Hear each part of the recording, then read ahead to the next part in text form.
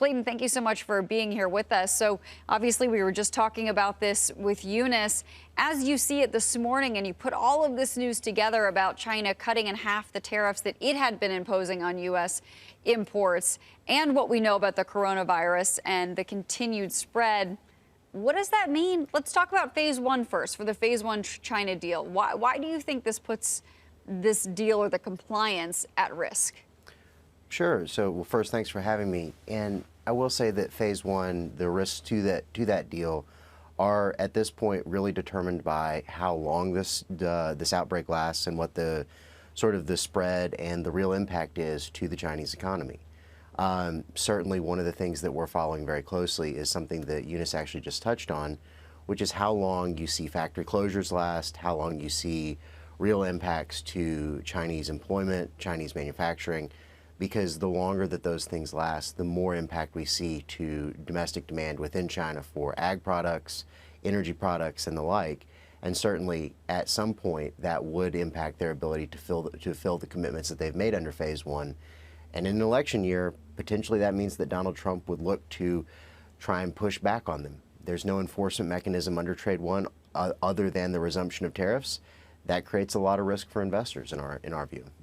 And I'm not sure exactly how much you know about what Eunice was talking about with the disaster clause, but do you think that's something that China would be exploring, saying, hey, we got something else and something bigger we got to deal with here. We cannot be worrying about making sure that we're buying these ag purchases?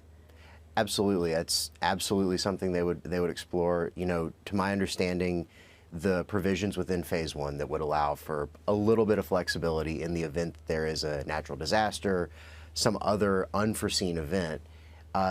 Those clauses are a little bit flexible. They're a little bit open. I would also say that our understanding from talking to the administration was that when the deal was struck, there was no real expectation that there would be any hindrance to China filling the commitments that they'd made.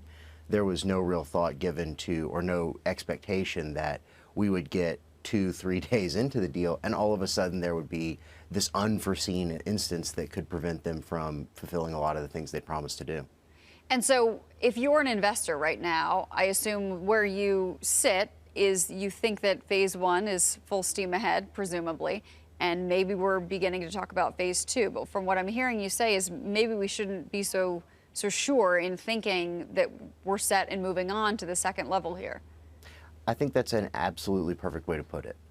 If you look at what Donald Trump has said, President Trump has said, it's very clear that he still looks at purchase commitments, commitments around agriculture especially, as really crucial to any further development in trade negotiations. If you see Chinese demand even remain flat from where it is today, it's very difficult to see that they could make additional commitments. If you're expecting a phase two, that really, in our view, should make you much less optimistic about how those talks will develop over the next year.